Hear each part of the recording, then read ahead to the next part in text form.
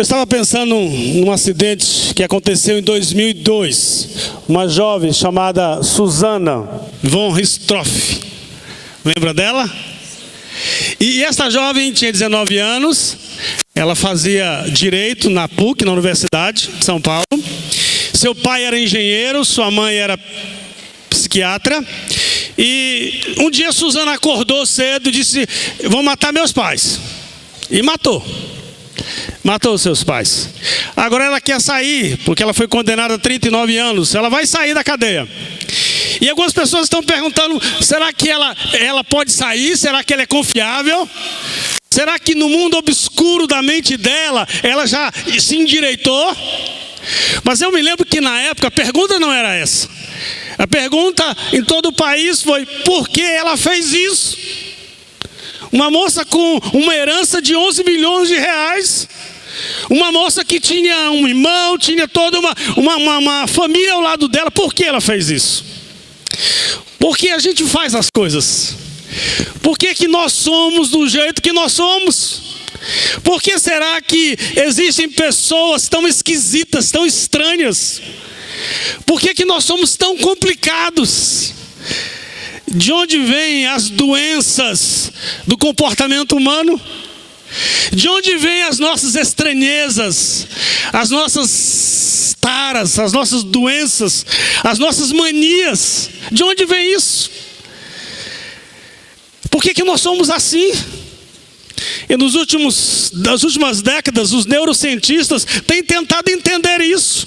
Têm perguntado isso: por que nós somos assim?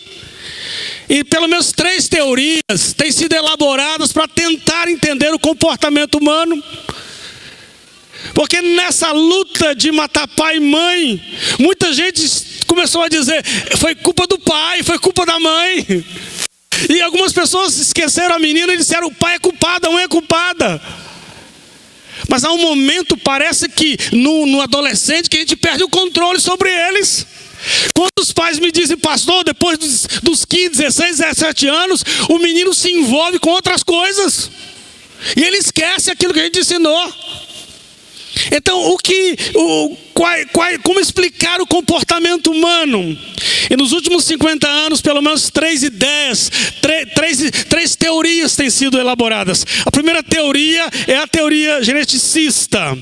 Alguns geneticistas creem que os genes determinam fatalmente o nosso comportamento.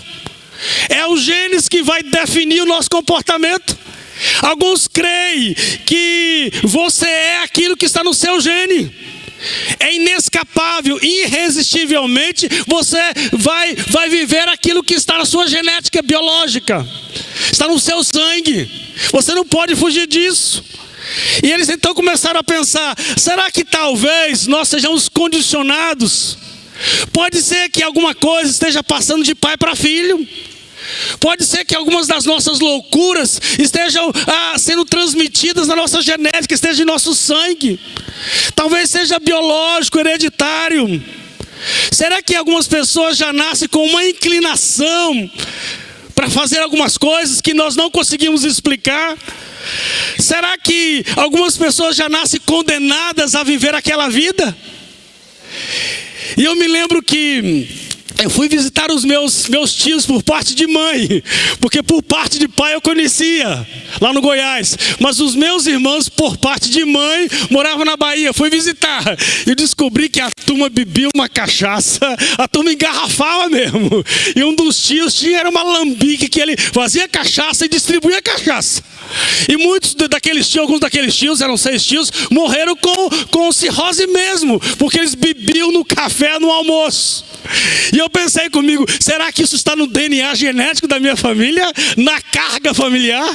Será que um dia eu vou acordar, colocar o nariz para um bar, tomar uma cachaça e agarrar uma garrafa de cachaça e dizer: olha, eu estou sonhando geneticamente contigo todos esses anos da minha vida? Será que isso vai acontecer um dia comigo? Será que isso funciona desta maneira? Será que isso é assim? Será que tem marido, tem esposa, que tem uma família difícil, pesada, e você diz, olha, casei com a família do meu marido, há uma carga hereditária, há uma carga forte na família dele, será que os meus filhos vão receber isso também? Será que meu avô, que era louco, isso vai acontecer comigo?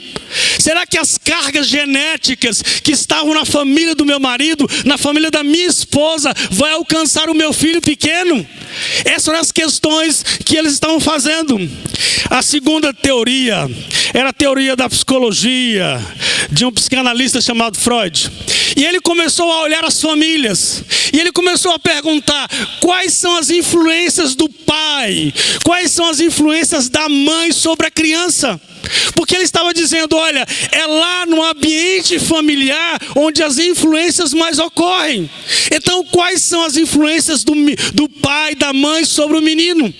E eles começaram a imaginar o seguinte: pensem numa mãe autoritária, pense numa mãe mandona, pense numa xerife, pense numa cangaceira de saia, pense naquela mulher que manda, pense naquela mulher que ordena, pense naquela mulher que está ali dizendo dominadora, poderosa, tirana, ditadora.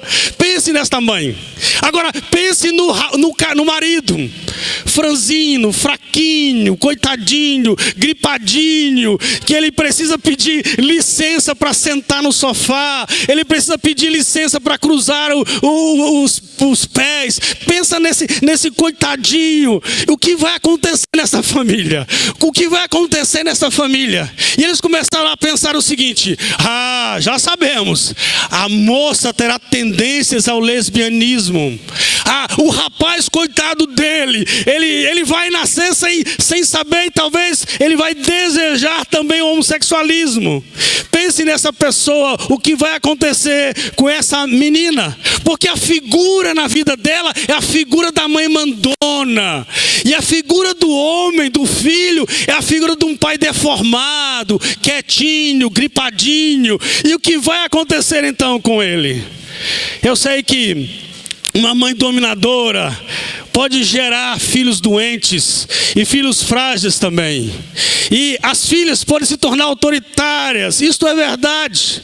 E alguns homens podem perder a postura de um homem, de uma vida masculina. Isso pode acontecer. Esta é uma teoria. Mas a terceira teoria apresentada é a teoria sociológica. E Karl Marx, então, ele começou a dizer, olha, a luta das classes sociais vão influenciar a sociedade e as relações. E Karl Marx começou a pensar o seguinte: imagine um rapaz, ele nasce numa favela, ele nasce ali do lado do esgoto, ele nasce numa casa de papelão, onde a sua irmã de 12 anos já está grávida, onde seu irmão mais novo já é traficante, ele nasce nessa sujeira junto com os porcos, onde a intimidade dos pais é influenciada e os filhos estão tudo à vista. Pense nesse menino. E o resultado dessa vida de favela, de sofrimento, será o quê? Esse rapaz será violento, ele estará fadado ao fracasso, nada vai tirar ele. Se esse indivíduo nasce nessa situação, ele irredutivelmente, ele será um fracassado. Por isso que Karl Marx disse, olha, quer livrar o rapaz? Dê escola para ele, dê uma boa família, dê uma boa casa, dê moradia, e ele será uma pessoa muito boa na sociedade. O problema dessas teorias é que todas elas têm a sua deficiência. Todas elas não conseguem explicar de fato o que acontece no coração do homem. Porque aqui no coração existem coisas que nós não podemos entender na matemática, na ciência ou na biologia. É verdade que existem algumas influências genéticas. É verdade que alguns vícios do alcoolismo podem ser reais na vida da criança, mas é a pessoa que vai dizer se ela quer ser viciada ou não.